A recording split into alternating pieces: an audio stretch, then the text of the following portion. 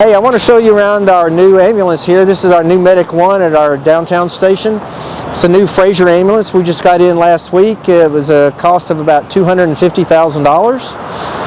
Well spent to protect our citizens here in Grand Prairie. And I'm going to take you around and show you a little bit about each compartment and what we have on here.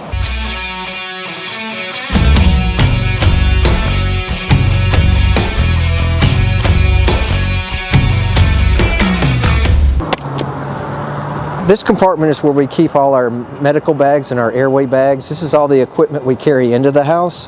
Now with this external door, we can access this equipment and these bags from the outside, or we can access them from the inside, and I'll show you that once we get onto the inside. Okay, this is one of our entrance doors. And here where this netting is, this is a new safety device that all ambulances have to have. But that is where our medical bags and airway bags are, where you can access them from the inside as well.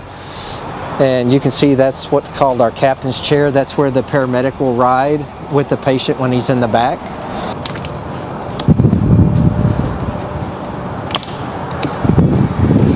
Okay, this is the compartment where we actually load and unload the patient on the stretcher, so we come in from the back. This is a power load system, so the cot is actually, it's all electronic, battery operated. It raises and lowers, so we don't have to injure our backs, you know, raising and lowering heavy patients on there. So it does a lot of the work for our medics.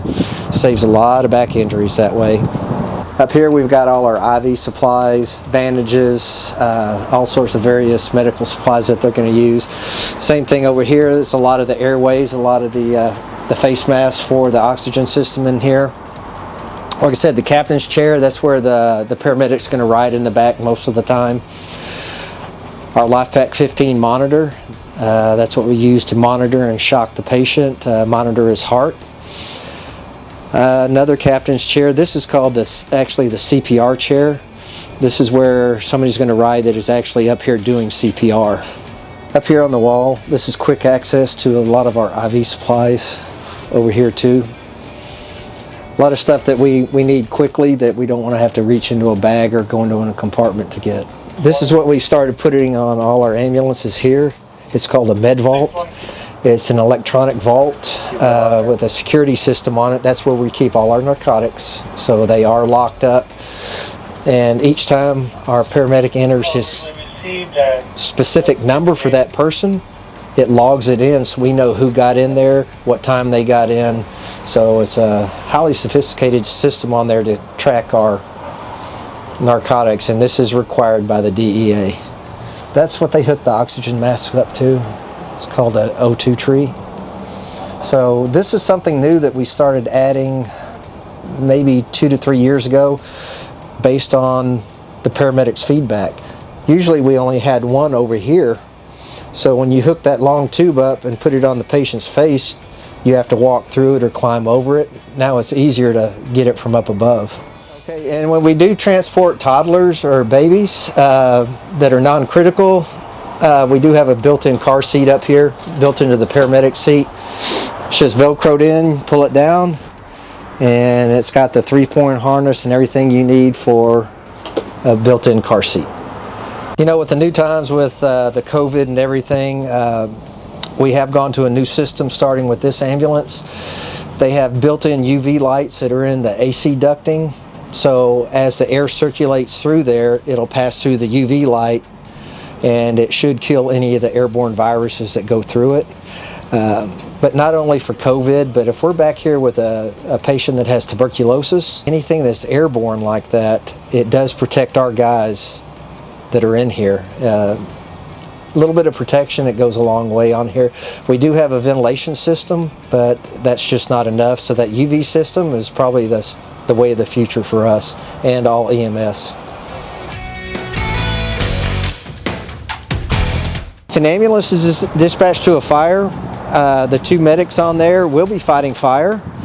So they carry all their fire gear in here. This compartment is just some of the electronics that we have on here. This is our what we call our power supply when the ambulance is parked. It's plugged in and all the electronics is always charging on it. So really they don't access this one that much. Same thing with this one. This makes it easy for our city shop. They've got the wiring diagram. They can get in here and work on any electrical problems that's up front and close for them. That's our radio system in here. And this little box down here is something that we added maybe 4 years ago. It's called a cradle point. It makes this a hotspot for the internet. So every engine that we have and every ambulance is its own hotspot. We don't have to worry about reception. It's helped tremendously with doing our patient reports out in the field and connectivity for our CAD. So there's a lot of high-tech stuff that built into these. This will be our oxygen compartment.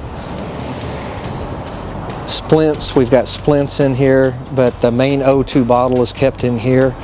So this supplies all the oxygen to the patient inside. But you can see it's very large, so it has multiple uses for it. We can keep it for quite a while before we have to change it out.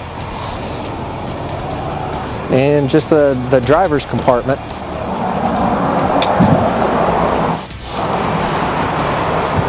These are just basic Dodge chassis. There's nothing special about these except the console and the computer system that we've put in it. These are all the lights here, and this is the siren. Now a lot of it too they can change here on the steering wheel too.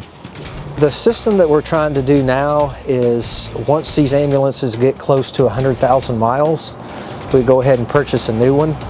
And then that ambulance will go into what we call the reserve status. So they'll become one of our 4 reserves.